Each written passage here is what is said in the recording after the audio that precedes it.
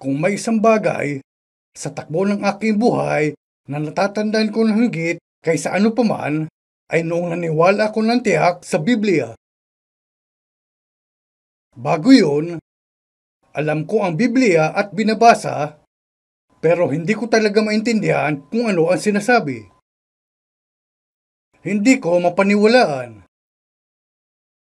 Pero kakaiba man, simula noong isang tiyak na araw, pinaniwalaan ko ang Biblia. Sa lahat ng mga aklat, wala ni isa na pakiramdam kong higit na mahalaga kaysa sa Biblia. Mula sa araw na yon, naging interesante ang Biblia at inaliw ang puso ko nang binasa ko ito. Tulad nito, kapag pinadalhan kayo ng sulat ng taong malapit sa inyo na nasa malayo, sulat na ikatutuwa niyong tanggapin. Sa aking puso, kapag binabasa ko ang Biblia, kakaiba na gusto kong sabihin sa iba ang tungkol dito. Bago natin pag-usapan ang mga bagay tulad ng pag-ebanghelyo o pagsasabi sa mga tao na maniwala sila kay Jesus, palagay ko may iba pa tayong dapat pag-usapan. Dahil kailangan nating lahat na suriin ang Biblia para tignan kung ano ba talaga ang sinasabi nito. Ngayon, lalong naging mararangal ang mga ito, mga taga-Berea kaysa mga taga-Tesalonika, at sinisiyasat sa araw-araw ang mga kasulatan kung tunay nga ang mga bagay na ito. Nasa aklat yan ng mga gawa para malaman kung ito nga ang sinabi ng mga kasulatan. Kahit ganyan ang salita sa kanila ang dakilang mangangaral, hindi nila basta-basta tinanggap ang lahat ng ganun na lang. Sinuri nila ang mga kasulatan para tignan kung ito ba ang aktwal na isinulat doon. Ito mismo ang tamang pag-uugali. Kapag pinag-isipan ko ito, iniisip ko, hindi ba't ito dapat ang pag-uugali nating lahat na sinusuri ang Biblia para tingnan kung ano mismo ang sinasabi? Ito marahil ang inisip nyo habang binabasa ninyo ang Biblia. Nalaman nyo na minsan, tinatalakay ng Biblia ang tungkol sa kautusan at sa maraming mga talata sinasabi sa atin kung ano ang dapat nating gawin at kung paano susundin ang kautusan. Pero sa lahat ng mga sinasabi sa atin na dapat gawin, iniisip ko kung naisip nyo na ba kung ano ba talaga ang sinasabi ng Biblia na dapat nating gawin. Kung ikaw ay taong bumabasa ng Biblia, kadalasang iniisip ng mga tao na sinasabi sa atin ng Biblia na mamuhay tayo ng maayos, maging mabait at gawa ng kabutihan sa ibang mga tao. Iniisip nila na ito lang ang sinasabi, pero kung titignan sa Biblia, makikita ninyong hindi ganyan. Buksan natin ang pinakahuling kabanata sa Biblia at tingnan kung ano ang sinasabi nito na ating gawin. Ang pinakahuling kabanata sa Biblia.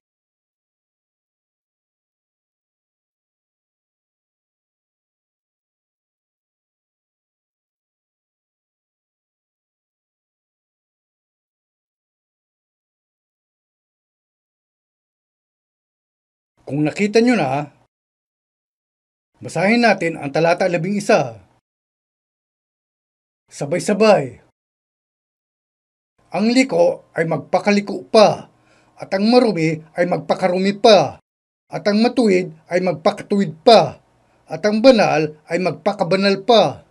Sinasabing ang banal ay magpakabanal pa. Pero sa kabilang banda, sinasabi rin na hayaan ng taong madumi at ang gumagawa ng mali ay patuloy sa paggawa ng mali. Sinasabing hayaan ng masama na magpakasama. Hindi sinasabi na itigil ng ganitong mga tao ang pagiging ganito. Tiyak na meron itong dahilan. May kaliyahan ng tao na mamuhay ayon sa kanyang kalikasan nung siya ay nasa hardin ng Eden, at ito rin ang ipinayo sa buong sangkatauhan sa pinakadulo ng Biblia.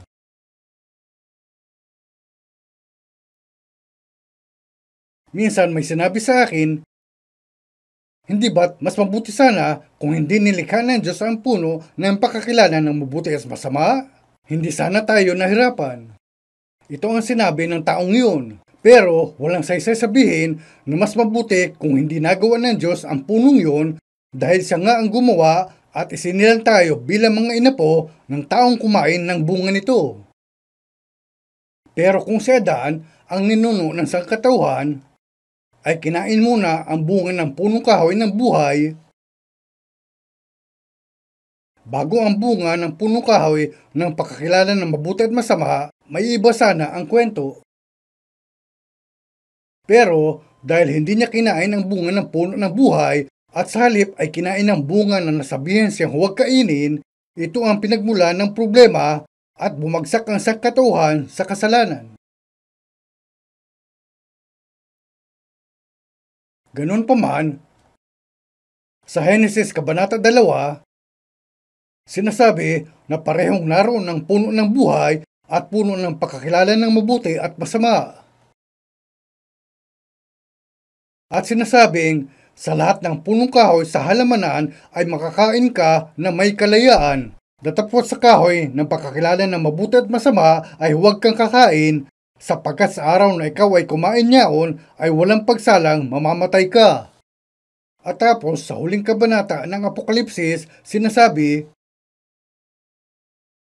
na makakain ng tao ng bunga ng puno ng buhay hanggat gusto niya.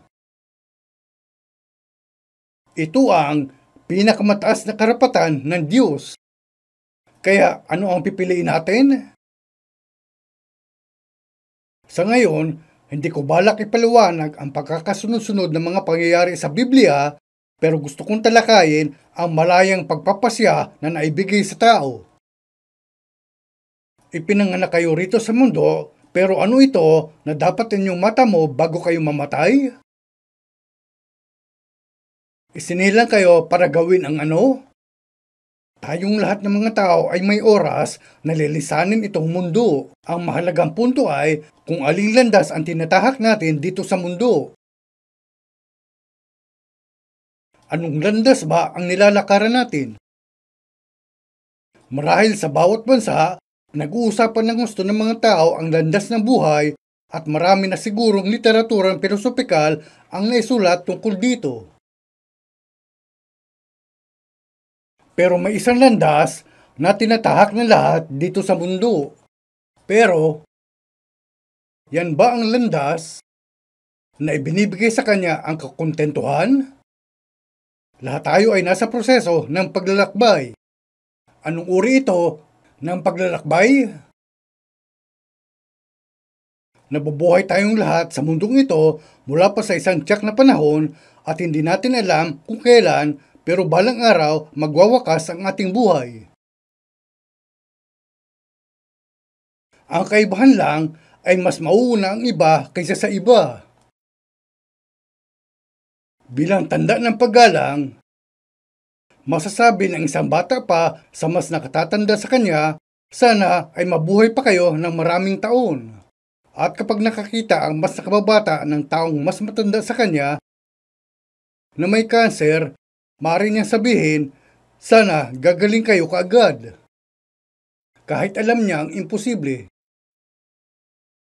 Pero itong tao na nagbigay aliw sa ganitong paraan ay maaaring maaksidente sa sasakyan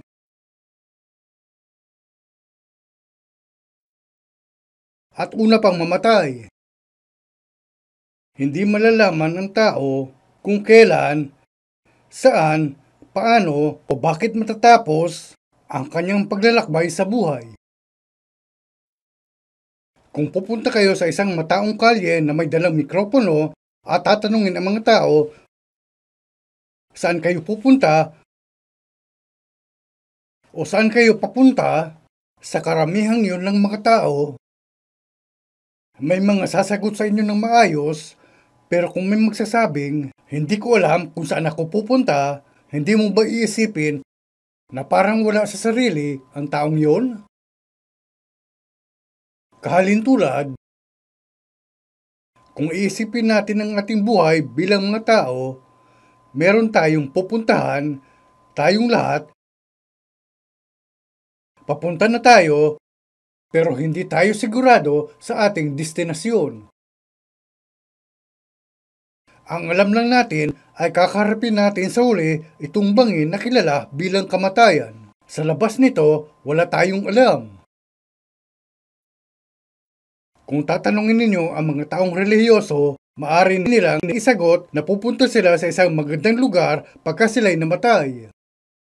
At kung mga butis naman ang tatanungin ninyo, sasabihin nilang pupunta sila sa isang uri ng paraiso, pero kung hindi sila maayos, pupunta sila sa impyerno. Kung tatanungin ninyo ang mga Kristiyano, may kakaibang mga Kristiyano na sinasabing wala raw lugar na tulad sa impyerno. At kung mga Katoliko naman ang tatanungin, sasabihin nilang pupunta muna sila sa purgatorio.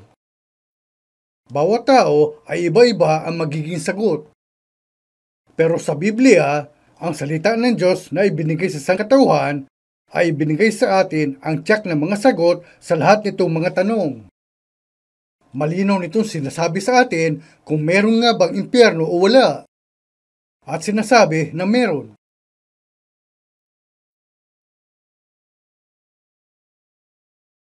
Nabubuhay ang mga tao rito sa mundo na sobrang abala, pero ano ba ang layunin nila sa buhay? Ano ba ang natamo nila sa buhay kapag lilisanin nila itong mundo? Hindi ito natutunan ng kahit sino sa paaralan at walang nagtuturo nito. Pero ang Biblia ay binibigyan tayo nito ng napakalinaw na sagot. Bilang halimbawa,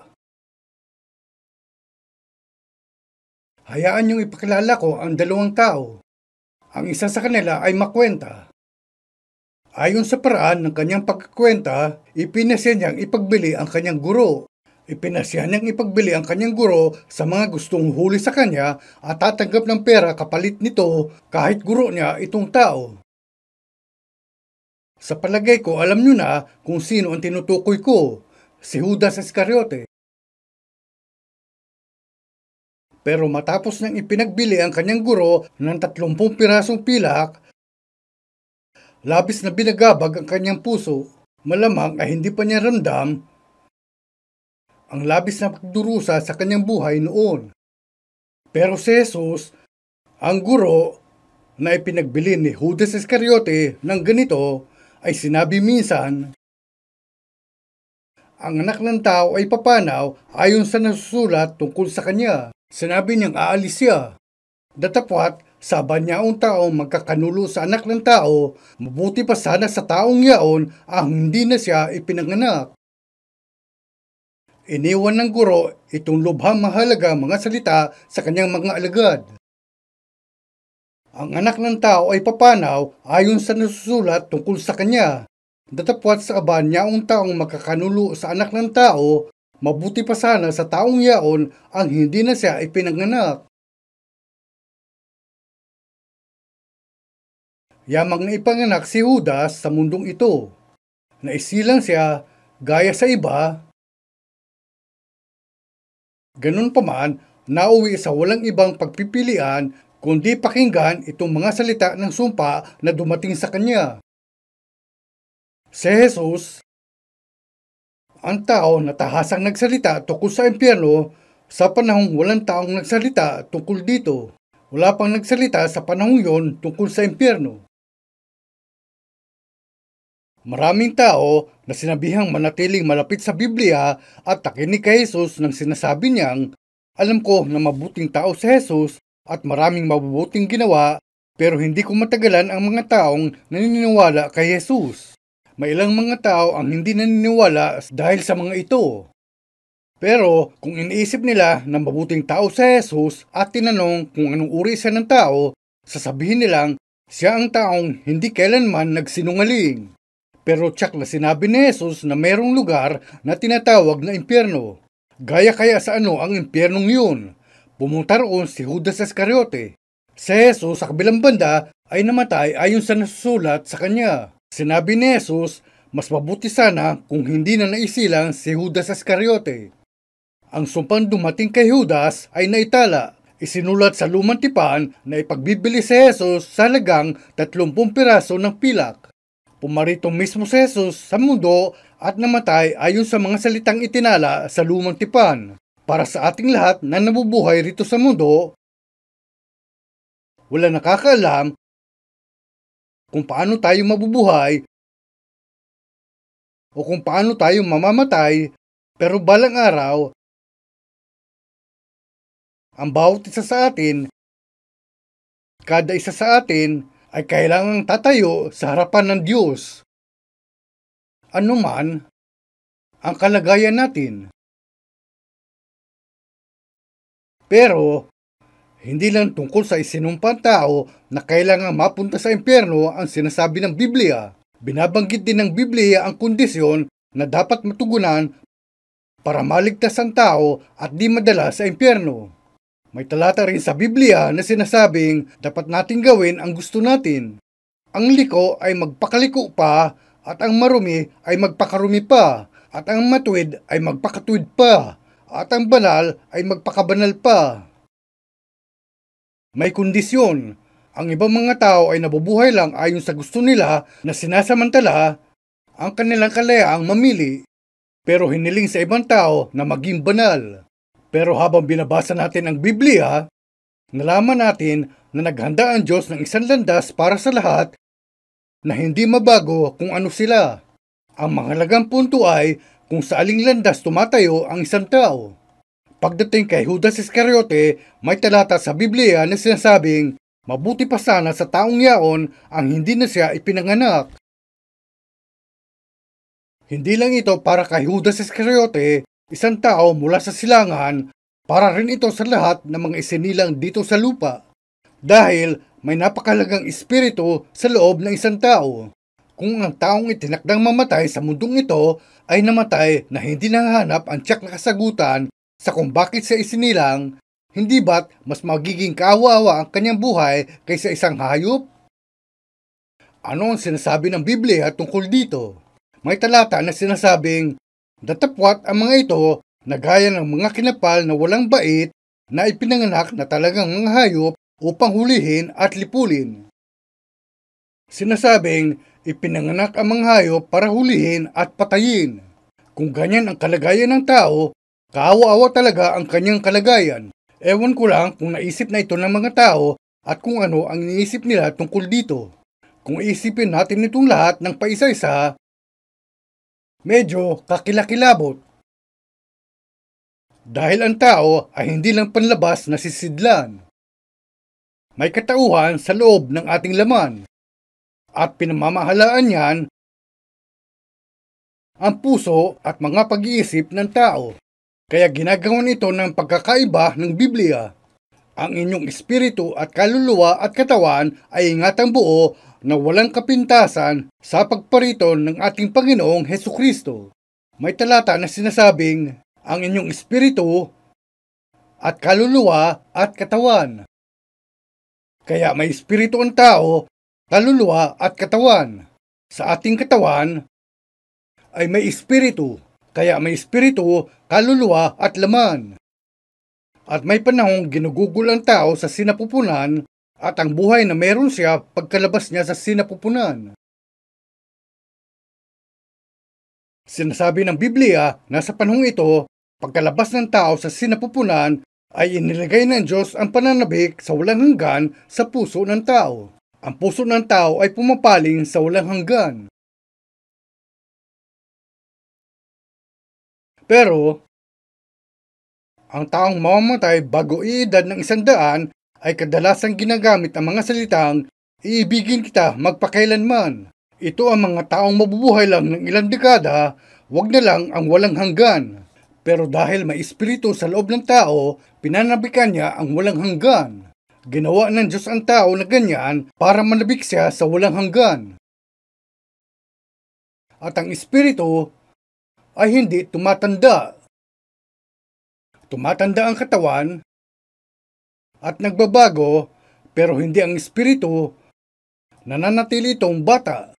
Kaya ang natuklasan ko sa Biblia ay may katawan ng tao, espiritu at kaluluwa, at ang Diyos na pinaniniwalaan ko rin ay ang Diyos Ama, Diyos Anak at Diyos Espiritu Santo.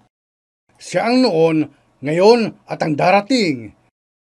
Ito ay isang Diyos, ang Trinitaryong Diyos, at nalikha tayo sa kanyang wangis. Kailangan nating mabuhay sa mundong ito hanggang sa araw na tawagin tayo ng Diyos. Pero nilalakaran ng bawat tao ang sarili niyang landas. Maging tayo ay lumalakad sa mga landas na ito. Pero balang araw, kailangan nating tatayo sa harap niya na lumikha nitong lahat. Paano tayo tatayo sa harapan niya? Ito ang tanong. Totoo ito, maniwala man tayo o hindi, yamang tatayo tayong lahat sa harapan ng Diyos, naniniwala man tayo sa Diyos o hindi. May sinabi ang tanyag na hari sa Israel na pinangalan ng David sa kanyang anak nang ito'y malapit ng mamatay. Sinabi niya, "Ako yung mayaon ng lakad ng buong lupa." Sa madaling salita, ang landas ng kamatayan. Lahat ay papunta riyan, pero para sa atin, tayo na mga naisilan dito sa mundo ay nabigyan tayo ng salita ng Diyos at dahil naibigay sa atin ang Biblia na siyang salita ng Diyos, nasa harapan mismo natin ang isang bagay na magbibigay sa atin ng tunay na kaligayahan. Pero kapag tinalikuran natin ang Biblia, ang salita ng Diyos, tinatanggihan natin ang kaligayahan na nasa harapan natin mismo at matatagpuan natin ang ating sarili na nasa karalitaan. At kailangan nating harapin ang kalungkutan. Nabigyan tayo ng kalayaang mamili. Sinabihan tayong gawin ang gusto natin. Kaya habang nagbabasa ako ng Biblia, meron akong natuklasan. Nabatid ko na kung ipaliliwanag ko ito sa ibang tao, sa ganito ko gagawin. Nais mo bang tatayo ng maayos at mamuhay sa paraang nais ng Biblia?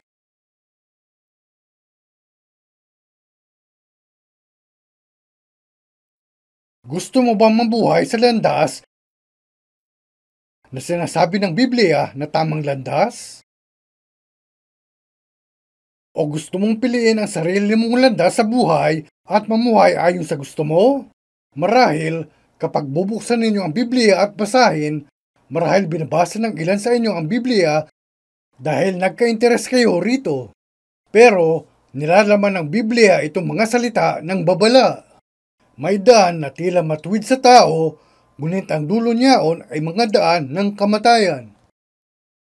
May daan na tila matuwid sa tao, ngunit ang dulo niyaon ay mga daan ng kamatayan.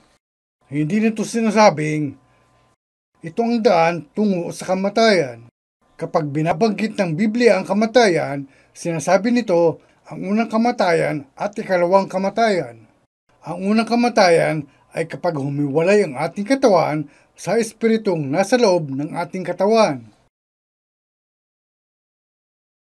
At kung paanong itinakda sa mga tao ang mamatay na minsan at pagkatapos nito ay ang paghuhukom. Ito ang sinasabi ng Biblia. Pero pagdating sa ikalawang kamatayan, ito ay kapag ang espiritong patay na ay pupunta sa isang lugar. Tinutukoy ito bilang Hades sa bagong tipan. Ang impyernong pupuntahan ng espiritu. Malinaw ang pagkakasabi ng Biblia tungkol sa mga daang tinahak na dalawang tao nang dumating na sila sa wakas ng kanilang buhay. Ang isa sa kanila ay nagdusa at ang isa naman ay napunta sa kayayang lugar, sa napakapayapang lugar kung saan siya masaya. Ginawa ang desisyon. May daan na tila matuwid sa tao, ngunit ang dulo niyaon ay mga daan ng kamatayan.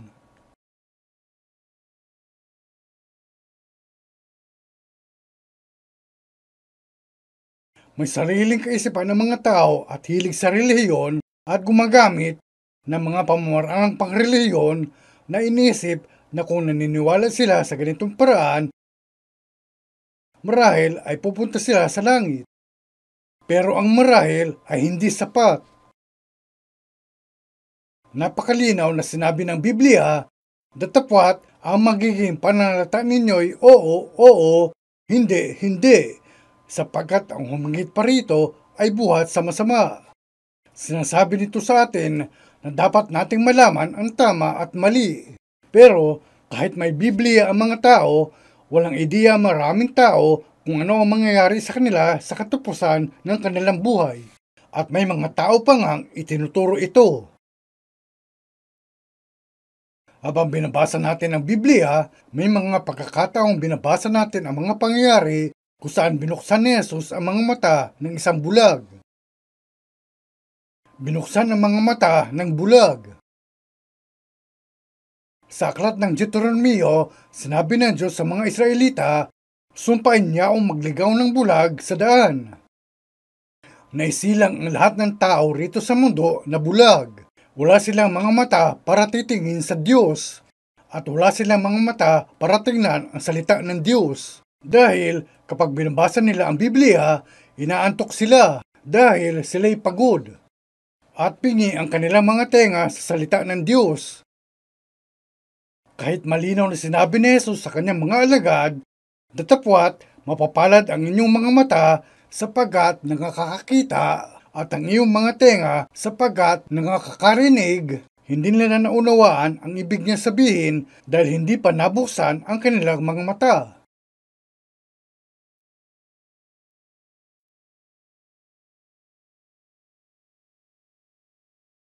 Kahit ang mga Hudyo ay malapit kay Jesus, hindi nila naunawaan ang sinasabi niya. Sinabi ni Jesus, maraming propeta at mga hari ang nangagahangad ng mga kita ng mga bagay na inyong nakakikita at hindi nila nakakita at mangarinig ang mga bagay na inyong nangaririnig at hindi nila nangarinig. Datapwat, mapapalad ang inyong mga mata sapagkat nakakakita at ang inyong mga tenga sapagkat nakakarinig. Kahit umupo silang kasama sa Jesus at direktang nakinig sa kanya at kanilang nakita, hindi nila alam kung ano ang sinasabi niya. Habang binabasa ninyo ang Biblia, malalaman niyong wala nang mas kapuspalad pa kaysa sa taong hindi natuklasan kung anong landas ang kanyang tinatahak. Tulad sa tao na hindi nakikilala ang sarili mukha kapag humaharap sa salamin. Hindi siya makakita ng maayos dahil may problema ang kanyang mga mata o malabo ang kanyang tingin. Ang salita ng Diyos ay salamin para sa ating espiritu. Sinusuri natin ang ating sarili sa mga salitang ito. Kailangan nating malaman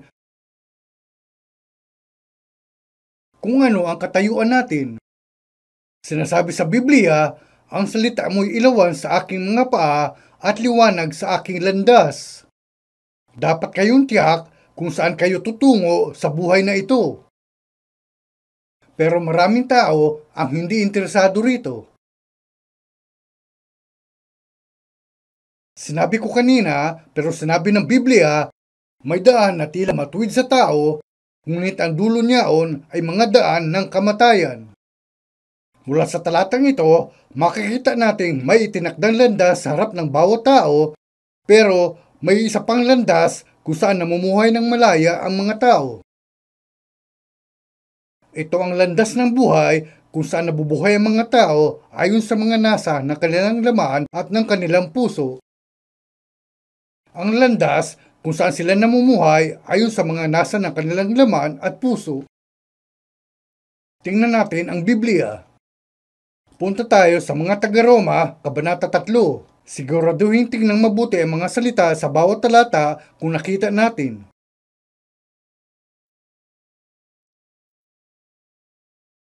Mga taga-Roma, Kabanata 3. Kung nakita nyo na, basahin natin mula talata 10.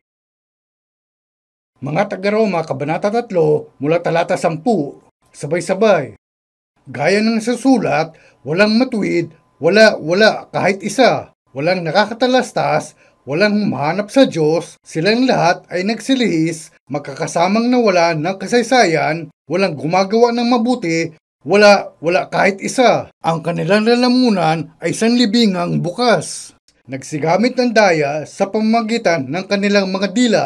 Ang kamandag na mga ulupong ang siyang nasa ilalim ng kanilang mga labi. Ang kanilang bibig ay puno ng panunumpa at ng kapaitan. Ang kanilang mga paa ay matulin sa pagbububo ng dugo, kagibaan at kahirapan ang nasa kanilang mga daan, at ang daan ng kapayapaan ay hindi nila nakilala, walang pagkatakot sa Diyos sa harap ng kanilang mga mata. Walang pagkatakot sa Diyos sa harap ng kanilang mga mata, kagibaan at kahirapan ang nasa kanilang mga daan. Kagibaan at kahirapan ang nasa landas ng kanilang buhay, at ang daan ng kapayapaan ay hindi nila nakilala. Meron tayo nitong dalawang problema.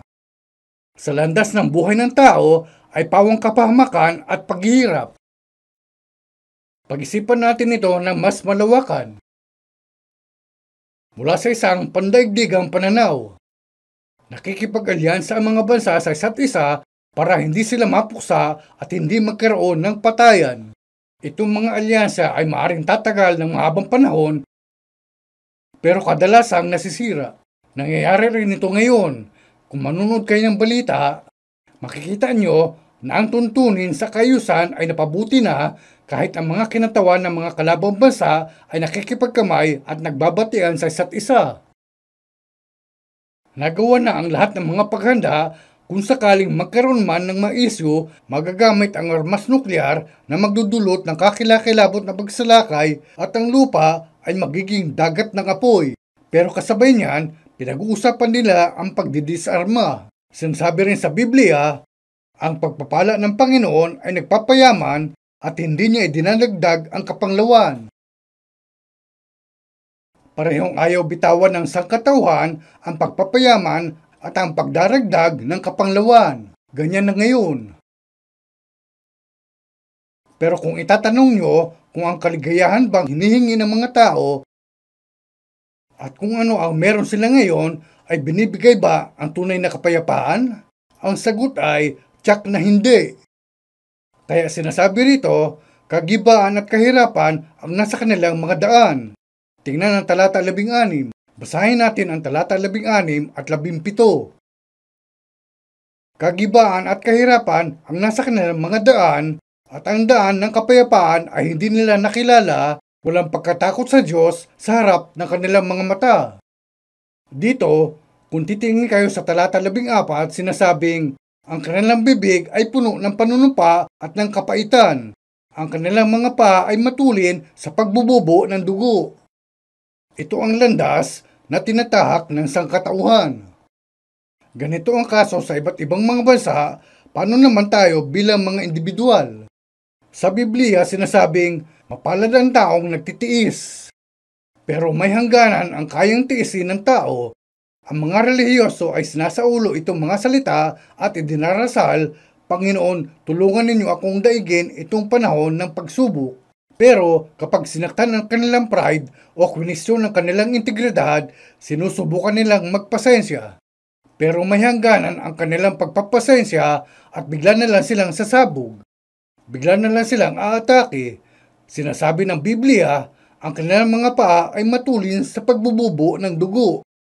Para rin ito sa kada individual.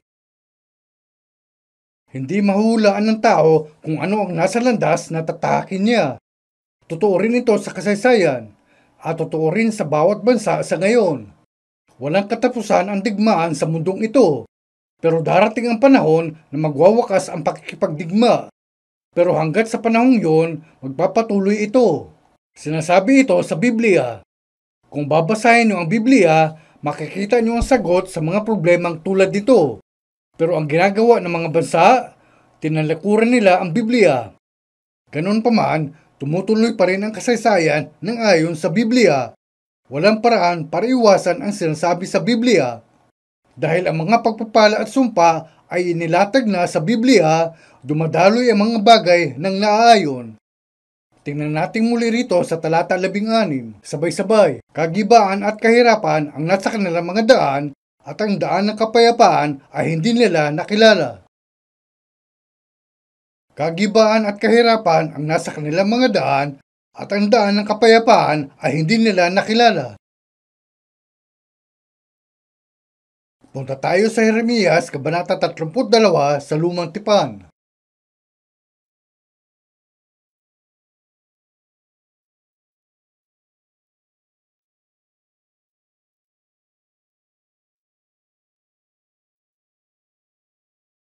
Jeremias, Kabanata 32. Basahin natin ang talata 11 ng sabay-sabay. Sabay-sabay. Dakila sa payo at makapangyarihan sa gawa na ang mga mata ay dilat sa lahat ng mga lakad ng mga anak ng tao upang bigyan ang bawat isa ng ayon sa kanyang mga lakad at ayon sa bunga ng kanyang mga gawa. Ang mga mata ay dilat sa lahat ng mga lakad ng mga anak ng tao. Lumalakad ang tao sa kanyang sariling landas, pero ang mga mata ng Diyos ay nasa lahat ng lakad ng sangkatauhan at lahat ay pinagmamasdan niya. Paano natin maiiwasan ang kanyang titig? Walang paraan ng tao para iwasan ito. Walang paraan para maiwasan niya ito. Dahil nilikha ng Diyos ang tao. At dahil nilikha ng Diyos ang tao, alam ng lumikha ang lahat ng lakad ng tao, kahit tila lumalakad ang tao sa sarili niyang landas.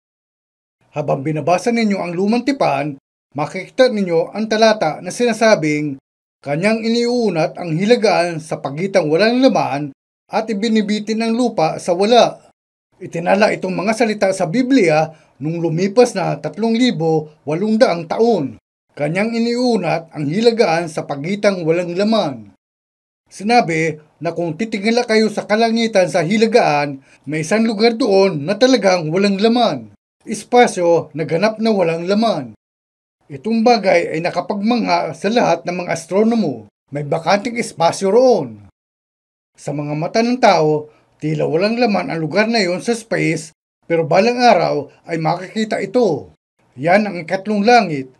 Doon umuupo ang Diyos sa luklukan. Sa isang bahagi ng kalawakan, may isang lugar kung saan naroon ang Diyos. At balang araw ay bababa ito sa lupa, ang luklukan ng Diyos. Sa panahong yon, ang lupa ay magiging perpektong lupa. Hanggang sa pagdating ng panahong yon, patuloy na babantayan ng Diyos ang buong sangkatauhan. Sinusuri niya ang buong sangkatauhan. Basahin natin ang Kabanata 10, talata 23. Jeremias, Kabanata 10, talata 23. Pakibasa nito. O Panginoon, talastas ko na ang lakad ng tao ay hindi sa kanyang sarili, hindi para sa taong lumalakad ang matuwid ng kanyang mga hakbang. Oo, sinasabi rito na hindi tao ang pipili sa kanyang sariling lakad. Susunod, isa pang talata, Kabanata 32, talata 11. Kabanata 32, talata 11. Dakila sa payo at makapangyarihan sa gawa na ang mga mata ay dilat sa lahat ng mga lakad ng mga anak ng tao upang bigyan ng bawat isa ng ayon sa kanyang mga lakad at ayon sa bunga ng kanyang mga gawa. Oo. Sa daang ito, sa pamamagitan ng Biblia, makikita natin kung saan tayo tumatayo. Ngayon, punta tayo sa Jeremias, Kabanata 21.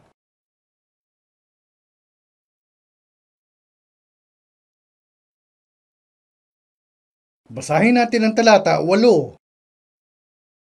At sa bayang ito ay sabihin mo, ganito ang sabi ng Panginoon, narito, inilalagay ko sa harap ninyo ang daan ng kabuhayan at ang daan ng kamatayan.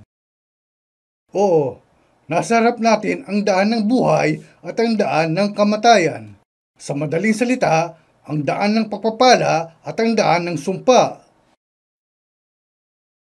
Ang isang daan ay taglay ang buhay na walang hanggan at ang isa naman ay daan patungo sa walang hanggang impyerno. Tiyak na nabigyan ang bawat isa ng karapatang mamili sa dalawang daan na ito. Pero karamihan sa mga tao ay hindi interesado rito. Bakit? Dinadala nila ang kasukanaan sa kanilang sarili dahil wala silang alam. Kahit nasa harap na sila ng kamatayan, hindi nila alam.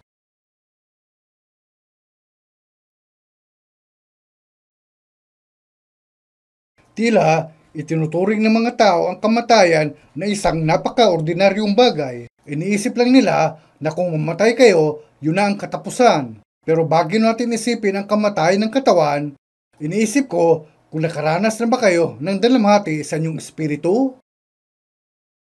Sinasabi ng mga tao ang tungkol sa pagkakasakit sa puso, di ba? Bakit ba minsan malungkot kayo? Bakit ang gulo ng isip nyo minsan? Bakit may mga pagkakataong balisa kayo, galit at ramdam ang pagkabigo? Hindi kaya dahil sa mga kinikimkim ninyong kabiguan at hinanakit sa loob ninyo? May umaalab sa loob ninyo, nakakatakot pero hindi nakikita. Hindi nyo ito makita pero may isang bagay sa loob ng tao na pinahihirapan siya. Kaya sinabi ng Diyos, inyong hanapin ang Panginoon samantalang siya'y masusumpungan, magsitawag kayo sa Kanya samantalang siya'y malapit. Talagang sinabi niya ito sa atin. Punta tayo sa Isaias, Kabanata 55.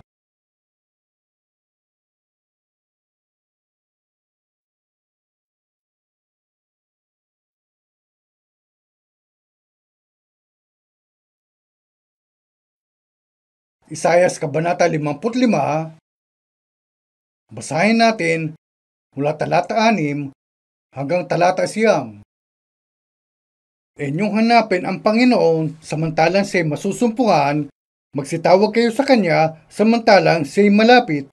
Lisanin ng masama ang kanyang lakad at ang liko ang kanyang mga pag-iisip at manumbalik siya sa Panginoon at kawaan niya siya at sa aming Diyos sapagkat siya'y magpapatawad ng sagana. Sapagkat ang aking mga pag-iisip ay hindi ninyo mga pag-iisip o ang inyong mga lakad ay aking mga lakad, sabi ng Panginoon. Sapagkat kung paanong ang langit ay lalong mataas kaysa lupa, gayon ang aking mga lakad ay lalong mataas kaysa inyong mga lakad at ang aking mga pag-iisip kaysa inyong mga pag-iisip. Nasa ibang antas sila, yan ang ibig sabihin. Namumuhay ang mga tao na sariling mga iniisip lang ang sinusunod. Abala sila kahit hindi nila alam kung bakit sila nabubuhay, lahat pare-pareho. Pero itinakda ng Diyos ang kanyang daan at sinabi niya na ang kanyang lakad ay iba sa lakad ng mga tao at kung paanong may pagkakaiba sa pag-iisip ng mga tao at sa pag-iisip ng Diyos, sinasabi ng Biblia na meron ding pagkakaiba sa paraan ng tao at sa paraan ng Diyos. Pero may sinabi sa Jesus na hindi alam ng kahit sino sa mundong ito. At sinabi niya ito sa harap ng gobernador na nasugo mula sa Roma, sa harap ni Pilato. Sinabi niya ang katotohanan. Sa panahong yun, tinanong lang siya ni Pilato nang wala namang dahilan ano ang katotohanan. Nang sinabi niya sa kanyang mga alagad, iba ang tugon ni Jesus. Sa kanyang mga alagad, sinabi niya, ako ang daan at ang katotohanan at ang buhay. Sinabi ni Jesus na siya ang daan. Isang araw nung bata pa ako, pinanood ko ang isang pelikula at nagka-interes talaga ako sa kwento. May eksena kung saan tumatawid ang isang unggoy sa bangin. Tumalon ito sa pagitan ng dalawang sanga, isa sa magkabilang gilid ng bangin. Sa pagtalon nito, sinunggaban ng isa pang unggoy ang kanyang buntot. Iniikot ng pangalawang unggoy ang buntot nito sa isang puno. Kaya sa pagitan nila, gumawa sila ng tulay at lumakad ang kanilang sanggol na unggoy sa kanilang likuran para tawirin ang bangin. Nang nakita ko itong eksena, inisip ko, may team mentality rin siguro ang mga unggoy na yun. Malalim ang bangin kapag bumagsak ang sino man sa kanila, pero lumakad ang kanilang anak sa kanilang likuran para tawirin ang bangin. Ang daan para sa batang unggoy na yun ay ang kanyang ina, di ba? Ang daan para matawid ang bangin.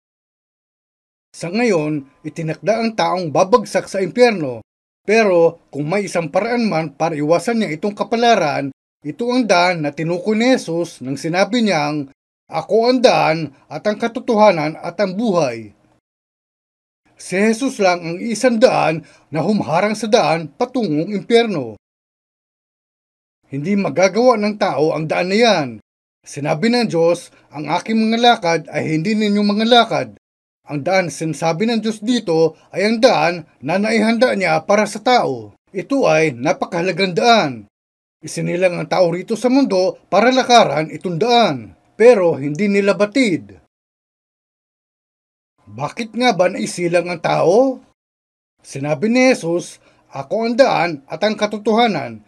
Isinilang ang tao para matutunan itong katotohanan, ang tunay na katotohanan. Ganon din, ang tao ay nabubuhay sa mundong ito ng 70 o 80 taon lang. Ang mga kaarawan ng aming mga taon ay 70 taon o kung dahil sa kalakasan ay umaabot ng 80 taon. Gayunmay, ang kanilang kapalaluan ay hirap at kapanglawan lamang. Ganyan ang buhay ng tao. Isinilang ang tao sa mundong ito para tanggapin ang buhay na walang hanggan na tinukoy ni Jesus noong sinabi niyang, "Ako ang daan at ang katotohanan at ang buhay." Buhay na walang hanggan.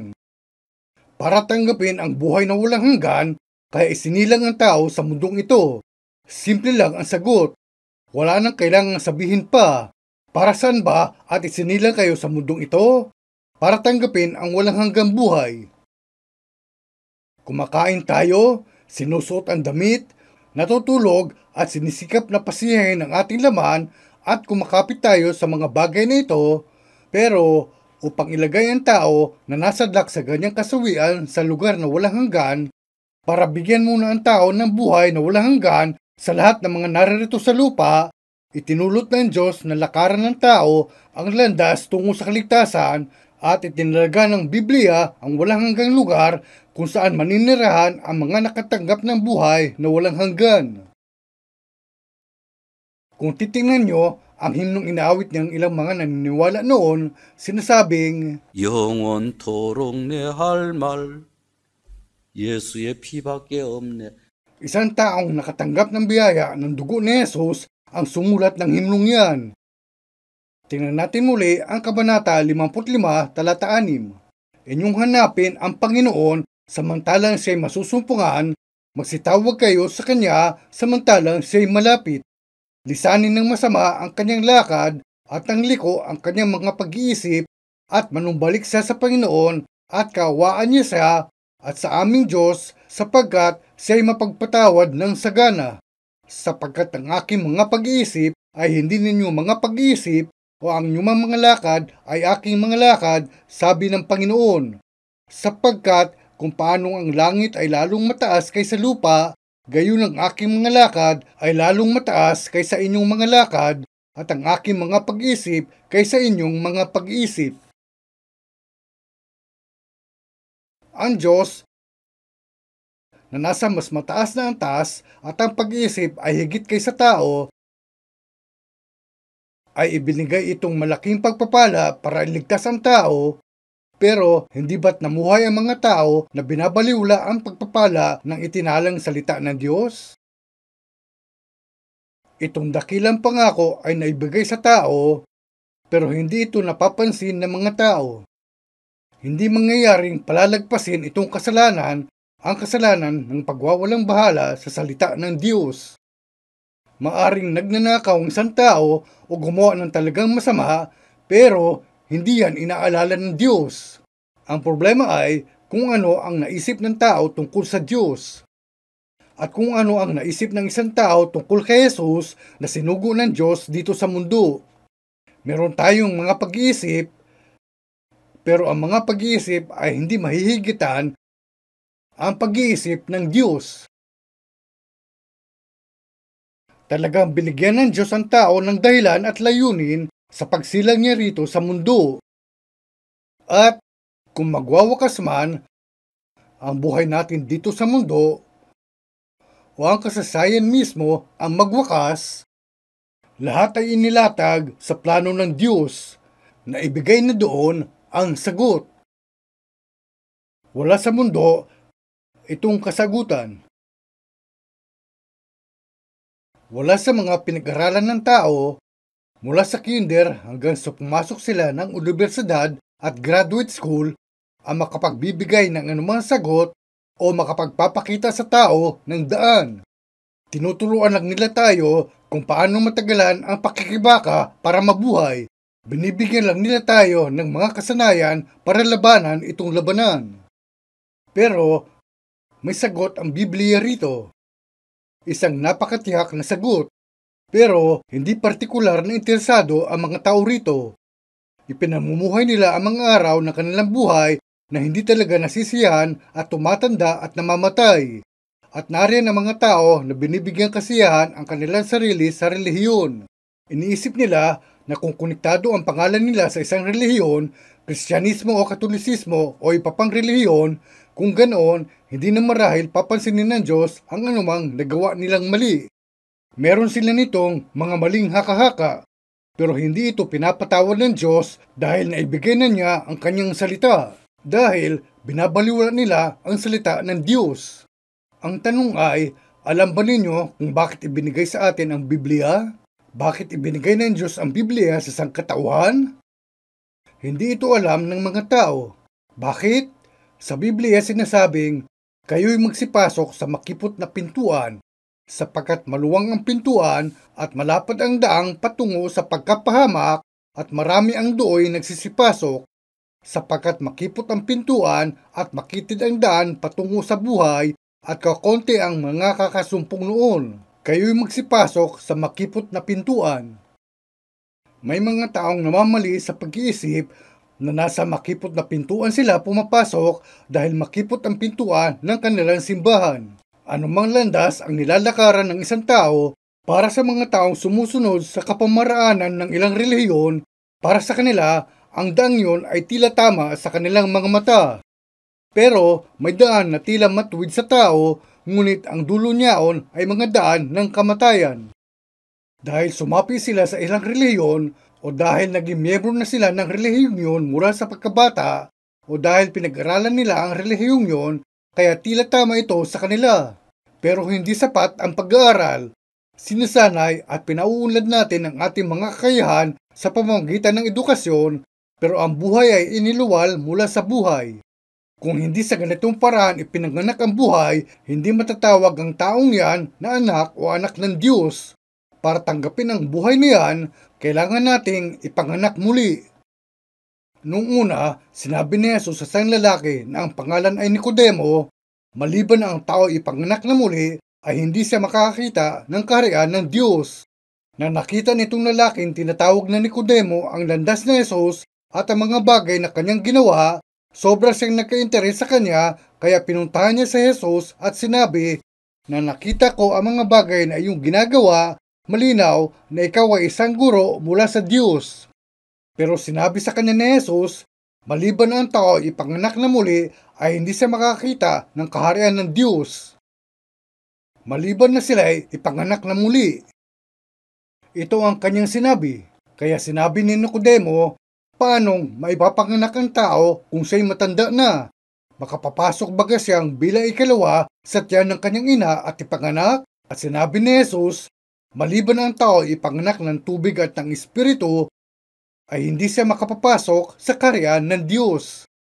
Ang pagiging ipanganak na muli ay literal na ipanganak sa ikalawang pagkakataon. Ito yung pagtanggap ng espiritu ng isang tao ng bagong buhay mula sa Diyos. Kaya ipinangako ng Biblia na pagiging ipinanganak na muli sa pamamagitan ng dugo ni Hesukristo ang anak ng Diyos at sa kanyang biyaya na ibinigay sa buong sangkatauhan sa mga inapo ni Adan na minana ang kanyang dugo. Kung wala ito, walang makapapasok sa kaharian ng Diyos. Kung tatanungin niyo ang mga tao kung ano ang layunin nila sa pagbabasa ng Biblia, bakit nila binabasa ang Biblia, malamang na lahat sila ay pare-pareho ang isasagot. Sasabihin nilang ito ay pagkain para sa espiritu. Pero itong espiritual na pagkain ay hindi mabibigyan ng nutrisyon ang taong hindi pa isinilang na muli ang espiritu. Kung lalagyan nyo ng pagkain ang bibig ng isang patay, mas mabilis itong mabubulok. Pero ibinibigay ng Biblia ang nutrisyon sa espiritu ng mga taong isinilang na muli. Kaya kung gusto ninyong magbasa ng Biblia, kailangan ninyong alamin kung kayo ba ay isinilang na muli o hindi. Kung hindi nyo pa nalutas itong problema, Huwag kayong pakatiwala dahil lang sa inilagay na ninyo ang inyong pangalan sa ilang relihiyon o pakakampante dahil lang sa kinikilala kayo ng ilang lider ng relihiyon. Bakit? Dahil sinasabi ng Biblia na mga ipinanganak na hindi sa dugo, ni sa kalooban ng laman, ni sa kalooban ng tao, kundi ng Diyos. Hindi ito isinasa katuparan ng kalooban ng tao. Hindi sapat na kilalanin ng mga tao. Hanggat hindi kayo ipinanganak na muli sa pamamagitan ng salita ng Diyos, ang lahat ng iba pa ay walang kabuluhan. Kaya nang ibinigay ang Biblia sa tao, ibinigay ito upang hanapin ng tao itong daan, upang malaman ng tao kung nalihis na siya sa landas ng buhay o naroon pa rin. Ang daan ng buhay at ang daan ng kamatayan ay inilahad sa harap natin. Ang mahalagang punto ay naibigay sa atin ng Diyos ang Biblia para matuklasan natin ang ating sarili at alamin kung kailangan ba natin takasan ang daan ng kamatayan o kung tumatayo ba tayo o hindi sa daan ng buhay. Unang ibinigay ng Diyos ang mga kasulatan sa mga Hudyo sa mga Israelita. Pag-isipan natin ng ganito. Natutunan ba natin kung paano kakain o kusa lang natin itong ginawa? Meron ba kailangan pang matutong sususo sa ina? Walang sino man sa mundo ay tinuturuan ng sanggol na gawin yan. Sa sandaling ilagay ang utong sa bibig ng sanggol, susuman ito ng ina o bote, sisipsipin ito ng sanggol, di ba? Tinutukoy pa nga ng mga Koreano ang pagsususo ng sanggol bilang ekspresyon na ang ibig sabihin, ibinubuhos mo lahat ang iyong pagsisikap sa isang bagay. Walang nagtuturo sa isang sanggol na gawin ito. Ginagawa lang nito. Ang tao rin habang nabubuhay sa mundong ito ay napapagod. Napapagod ang kanyang espiritu. Alam niya na ang mga hangarin niya rito ay mananatiling hangarin lang. Tapos ramdam niyang gusto niyang maunawaan ang salita ng Diyos. Bakit kaya? Nang biglang lumitaw si Jesus na ipinapaliwanag ang mga bagay-bagay at nangangaral, sinimulang magsunuran sa kanya ang mga tao. At sa pagsunod nila sa kanya, tumanggap din sila ng tinapay mula sa kanya. Yamang tumanggap sila ng pagkain mula sa kanya ng libre, inisip nila na mabuti sana kung gagawin nilang hari itong tao. Kaya sumunod-sunod sila kay Jesus na balak siyang gawin na kanilang hari. Sa panahong yun, sinabi ni Jesus, magsigawa kayo hindi dahil sa pagkaing napapanis, kundi dahil sa pagkaing tumatagal sa buhay na walang hanggan. Ito ang sinabi niya, magsigawa kayo hindi dahil sa pagkaing napapanis. Ano ang pagkaing napapanis? Tinutukoy ni Jesus ang bagong gawang tinapay at ang bagong kuha na gatas at lahat nito mga pagkain mawawala kasabay ng laman na mabubulok balang araw. Itong pagkain ang tinutukoy niya, ang pagkain kinakain natin para mamuhay. At sinabi niya rito, huwag kang mabuhay para lang sa mga bagay na yan. Ito ang ibig niyang sabihin. Buksan natin ang Juan Kabanata 6.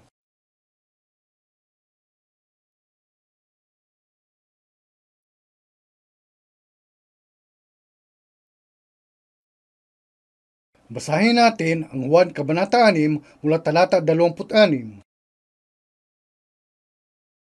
Talata 26. Sinagot sila ni Jesus at sinabi, katotohanan, katotohanang sinasabi ko sa inyo, ako'y inyong hinahanap, hindi dahil sa inyong nakakitang mga tanda, kundi dahil sa kayo'y nagsikain ng tinapay at kayo'y nangabusog.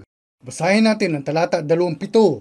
Magsigawa kayo hindi dahil sa pagkaing napapanis, kundi dahil sa pagkaing tumatagal sa buhay na walang hanggan na ibibigay sa inyo ng anak ng tao, sapagkat siyang tinataka ng Ama sa makatuwid bagay ang Diyos. Dito sinabi ni Jesus, magsigawa kayo hindi dahil sa pagkaing napapanis, kundi dahil sa pagkaing tumatagal sa buhay na walang hanggan. Ang pagkaing tumatagal sa buhay na walang hanggan. Sinasabi nito na si Jesus, ang anak ng Diyos, ay binibigay itong pagkain. Talata 28. Ano ang kinakailangan namin gawin upang aming magawa ang mga gawa ng Diyos? Ngayon, interesado na sila. Akala nila sapat nang gawin nila ang gawa ng Diyos. Pero ngayon, humarap sila sa isang problema. Basahin natin ang talata 29. Ito ang gawa ng Diyos na inyong sampalatayanan yaong kanyang sinugo. Sumagot si Jesus, ito ang gawa ng Diyos na inyong sampalatayanan yaong kanyang sinugo. Talagang problema ito. Sino ang hindi naniwala kay Jesus noon? Lahat ay nakarinig tungkol sa kanya at iniisip ng mga tao na naniwala na sila kung sila'y pumupunta sa simbahan. Pero rito, kapag tungkol sa paniniwala ang tinutukoy, sinasabi na dapat bigyan ng isang tao ng buhay na walang hanggan. Kung hindi lubos na tiyak, ang isang tao na meron siyang buhay na walang hanggan, hindi siya magkakaroon ng kapangyarihang mamuhay sa walang hanggang lugar. At hindi rin siya karapat-dapat na mamuhay sa walang hanggan. Kung iniisip niya na pagkatapos niyang mamatay, palalampasin ng Diyos ang kunting maliliit niyang pagkakamali, mga walang kwentang haka ang pinag-iisip niya. Maraming lider ng relihiyon ang nakaisip ng ganyang mga pamahiin. Sinasabi nila sa mga tao, pagkatapos ninyong mamatay, hindi papansinin ng Diyos ang ilang maliliit na pagkakamali. Hindi ganito kahit habang nabubuhay pa tayo, kaya sa palagay nyo ba ay ganito pagkamatay natin? Kung kayo ay natutulog, kahit humihiga pa sa tabi ninyo ang isang kaaway, hindi nyo malalaman. Kapag tulog kayo, wala kayong alam sa nangyayari sa paligid nyo. Wala kayong malay kahit kayo ay nasa katawan nyo pa. Pero sa sandaling mamatay ang isang tao, papasok ang kanyang espiritu sa lugar na saklaw ng Diyos. Sino ba nagsabi na hindi napapansin ng Diyos ang kanyang ginawa kapag sinuway nila ang salita ng Diyos? Kaya sinasabi sa atin ng Biblia kung ano ang layunin sa pagbabasa ng Biblia. Bakit natin binabasa ang Biblia? Bakit natin kailangan basahin ang Biblia? Punta tayo sa Juan, Kabanata 5.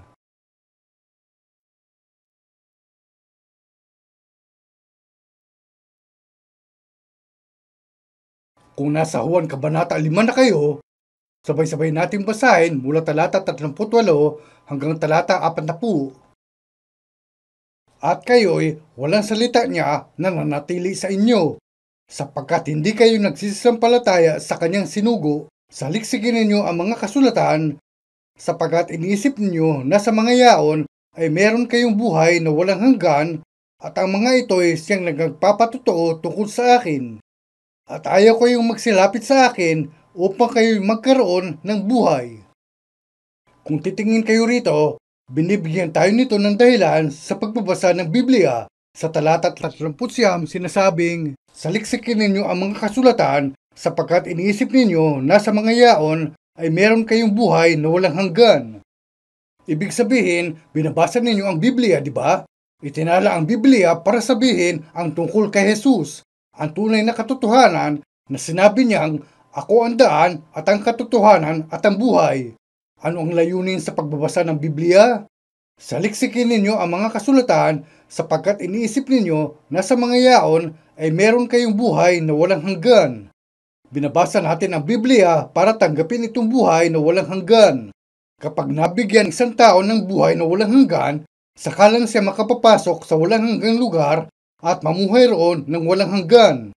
Iniisip ng mga tao na kahit nahihirapan sila rito sa mundo, pagkamatay nila, pupunta sila sa langit at doon magpapakasaya. Maaring tinatanggap nila itong mga kakaibang haka, pero hindi ganito sa Biblia. Malino ang pagkasabi ni Jesus kay Nicodemo, isang pinuno ng mga Hudyo, isa sa mga pinuno nila sa relihiyon. Maliban na ang tao ipanganak na muli, ay hindi siya makakakita ng kaharian ng Diyos. Sinabi niyang, maliban na ang tao ipanganak na muli, ay hindi siya makakakita ng kaharian ng Diyos. Ito ang pangunahing katotohanan ng Kristyanismo. At ito ang nagpaiba sa Kristyanismo sa anumang relihiyon. Kung wala itong katotohanan sa relihiyong kilala bilang Kristyanismo, kung ganoon, hindi ito naiiba sa alinmang relihiyon. Pareho ito sa Protestantismo o Katolisismo. Kung wala sila nitong katotohanan na inihayag sa individual. Sa Biblia sinasabing, sapagkat hindi ko tinanggap ito sa tao ni itinuturo man sa akin, kundi aking tinanggap sa pamamagitan ng pahayag ni Jesucristo. Kung itong buhay na walang hanggan ay hindi ibinungo sa individual, lahat ng iba pa ay walang kabuluhan. Sa katunayan, Tunay na kahabag-habag ang sitwasyon ng mga Kristiyano dahil sinisikap nila ng husto. Gumagawa ng husto, pero kung malalaman nila na hindi sila makapupunta sa kaharian ng Diyos, lahat ay walang kabuluhan. Bakit tayo ipinanganak dito sa mundo? Para tanggapin ang walang hanggang buhay. May kapangyarihan ang buhay na walang hanggan na maipakita sa atin ang kaharian ng Diyos sa ating puso. Meron itong kapangyarihan na makakita.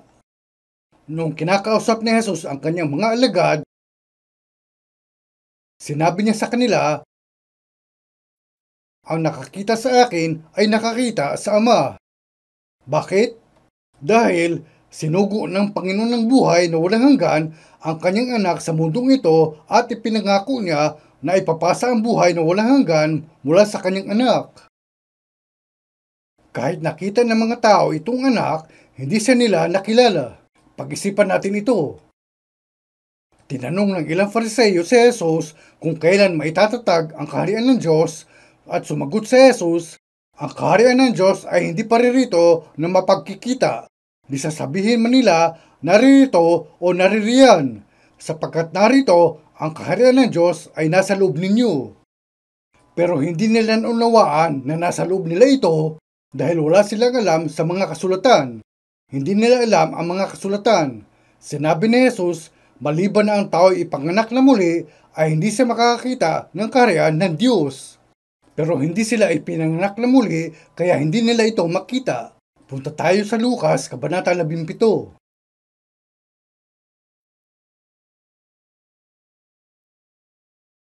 Talata 20 at 21. Lucas, Kabanata 17. Sabay-sabay. Talata 20 at 21. At palibhasay, tinanong siya ng mga Fariseyo kung kailan darating ang kaharian ng Diyos, ay sinagot niya sila at sinabi, "Ang kaharian ng Diyos ay hindi paririto na mapagkikita, ni sasabihin man nila, naririto o naririyan, sapagkat narito, ang kaharian ng Diyos ay nasa loob ninyo." 멀리 배든 하늘나라 내 맘속에 이루어지니. Marahil, inawit nyo na ang himnong yan. Ang kaharian ng Diyos ay hindi paririto na mapagkikita, ni sasabihin man nila, naririto o naririyan, sapagkat narito, ang kaharian ng Diyos ay nasa loob ninyo. Pero, kailangan nyong ipanganak muli para makita ito.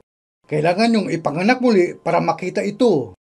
Ang pagiging ipinanganak na muli ay pagtanggap ng buhay na walang hanggan. Kapag natanggap na ng isang tao itong buhay na walang hanggan, makakapamuhay na siya ng walang hanggan sa kaharian ng Diyos. Ito ay pangako ng Diyos. Pero, hindi maintindihan ng mga tao. Siyempre, kung ang isang tao ay hindi ipinanganak na muli at namatay, pupunta ang kanyang espiritu sa impyerno. Pupunta sa impyerno. Isang lugar na tinatawag na impyerno o Hades. Tapos ay hindi siya magkakaroon ng isa pang pagkakataon. Walang siyang pagkakataong makaalis doon. Bakit? Wala sa mga relihiyon dito sa mundo ang makakatulong sa mga taong yun. Kapag pumanong na sila, huli na ang lahat. Ito ang sinabi ni Jesus. Pero lubos na bumagsak ang mga tao sa matatamis na salita ng iba. Iniligaw sila para maniwala na pagkamatay nila, meron pa silang pagkakataon. Kung tulog ako at nananaginip na nagugutom, kahit nagugutom talaga ako, ang taong katabi ko ay hindi magluluto ng pagkain para ibigay sa akin. Wala siyang alam sa panaginip ko. Sa sandaling iniwan ng aking espiritu ang aking katawan, ang Diyos na ang bahala nito. Sinasabi ng Biblia, sapagkat ang kabayaran ng kasalanan ay kamatayan, at kung paanong itinakda sa mga tao ang mamatay na minsan, at pagkatapos nito ay ang paghuhukom. Nabubulok ang laman ng tao rito sa mundo, maaaring namatay sa sunog o sa ibang paraan. Pero ayon sa Law of Conservation of Mass, nasunog man o nabubulok ang ating laman kaya hindi na makita, ang mga elemento ay nananatili pa rin sa lupa. Sumasailalim lang ang ating katawan sa chemical change. Kayang pagsamasamahin ng maulad na siyensya itong mga elemento. Simple lang na may pagbabago sa mga elemento ng ating mga katawan. Iniiwan pa rin ang mga bakas ng presensya natin sa mundong ito. Darating ang panahon na bibihisan tayo ng bagong katawan. Ang mga patay ay bubuhayin sa katapusan. Ibabangon ang lahat ng patay. Ibibigay din ng kamatayan at ng Hades ang mga patay na nasa kanila. Makakasamang muli nitong mga tao ang kanilang katawan. Sa Apokalipsis Kabanata 20, sinasabi nito sa atin ang kakilakilabot na sitwasyon. Sinasabi na ang mga patay ay bibihisan ng bagong katawan at itatapon sa dagat-dagatang apoy. Yan ang impyerno. Hindi basta nawawala ang isang tao na parang usok sa katapusan ng kanyang buhay at mapupunta sa langit o impyerno. Una sa lahat, nililisan ng espiritu ang katawan at ang katawan ay nabubulok at naglalaho. Pero ang Diyos na lumikha ng langit at ng lupa ay tatawagin ang lahat ng mga elemento na minsang bumuo sa ating katawan at bubuuin muli.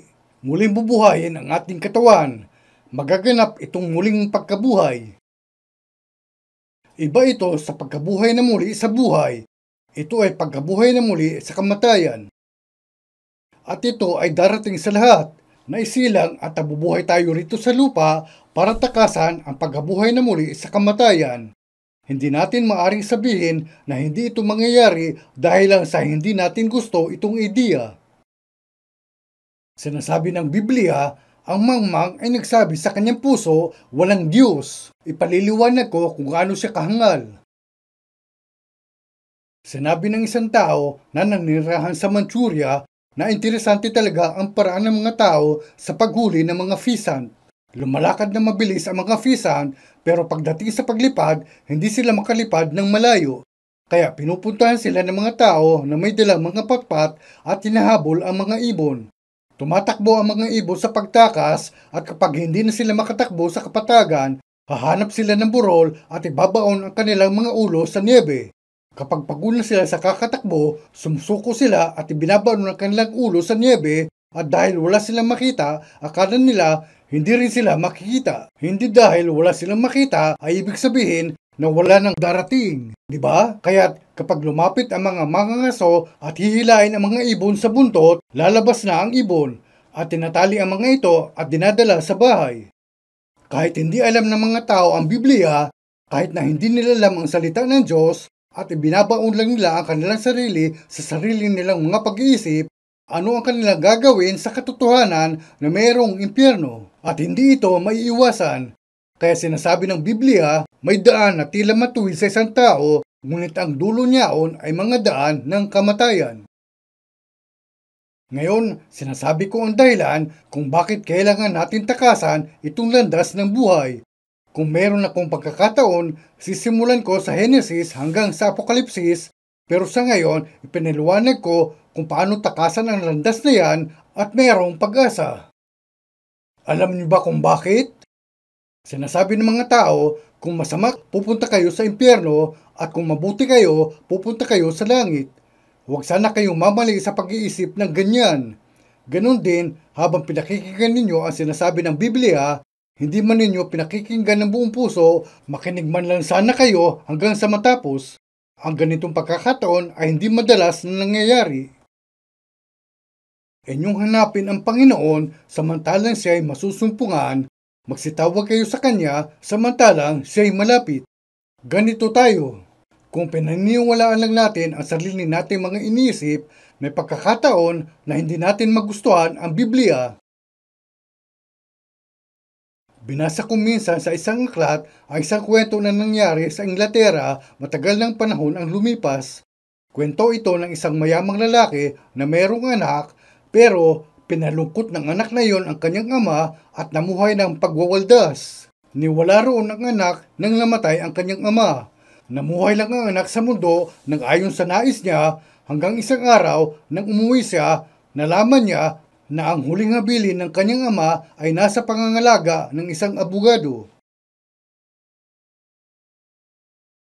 Pinaupo ng abogado itong anak sa kanyang opisina at sinimulang basahin ang huling habilin.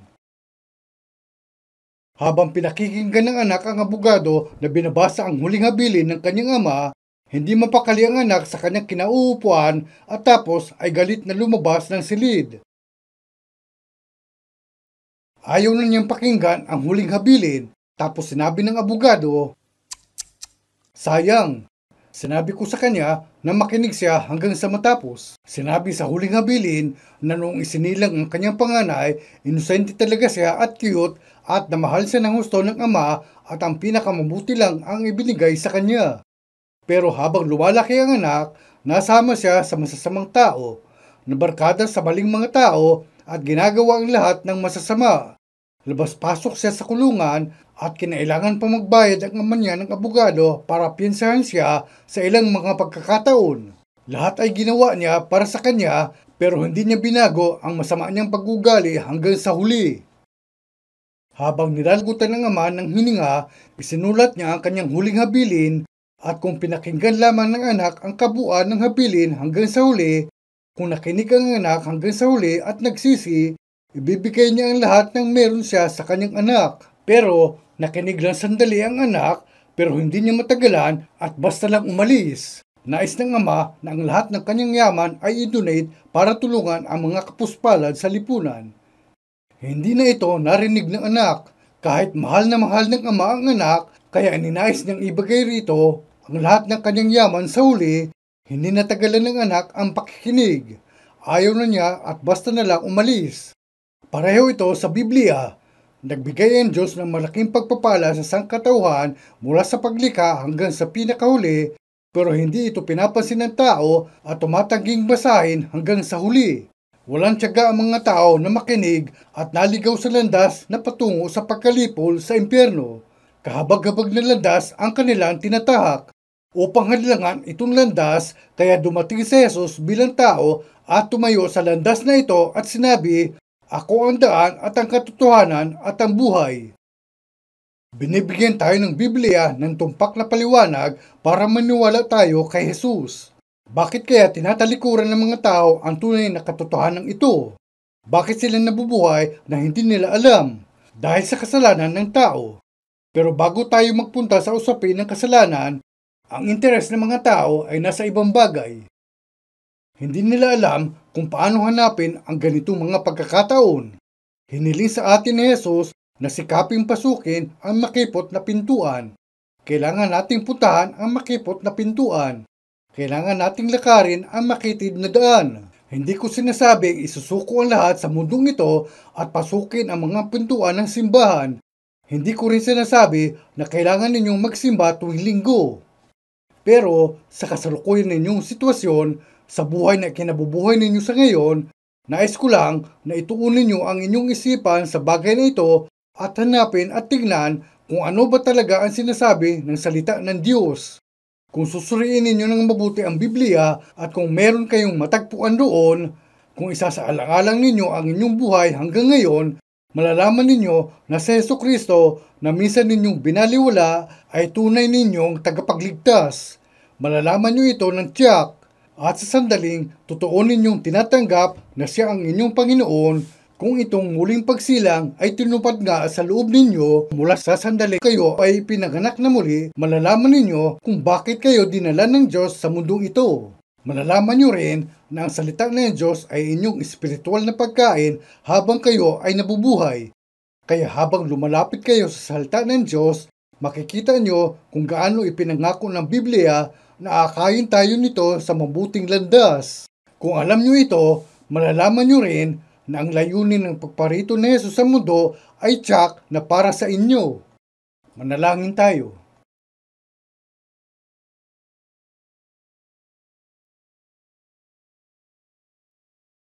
Banal na Diyos, tunay po namin kayong pinasasalamatan at pinupuri. Hindi namin alam kung bakit kami isinilang sa mundong ito o kung bakit kami nabubuhay. Nabubuhay kami ng walang anumang pag-asa na iniisip lang ng malabo ang tukol sa walang hanggang kaharian na maaaring hinihintay kami pagkamatay namin. Pero Panginoon, pinasasalamatan namin kayo sa pagbibigay sa amin ng pribilehiyong mabuhay ng may katiyakan sa kasalukuyan naming kalagayan dito sa mundo.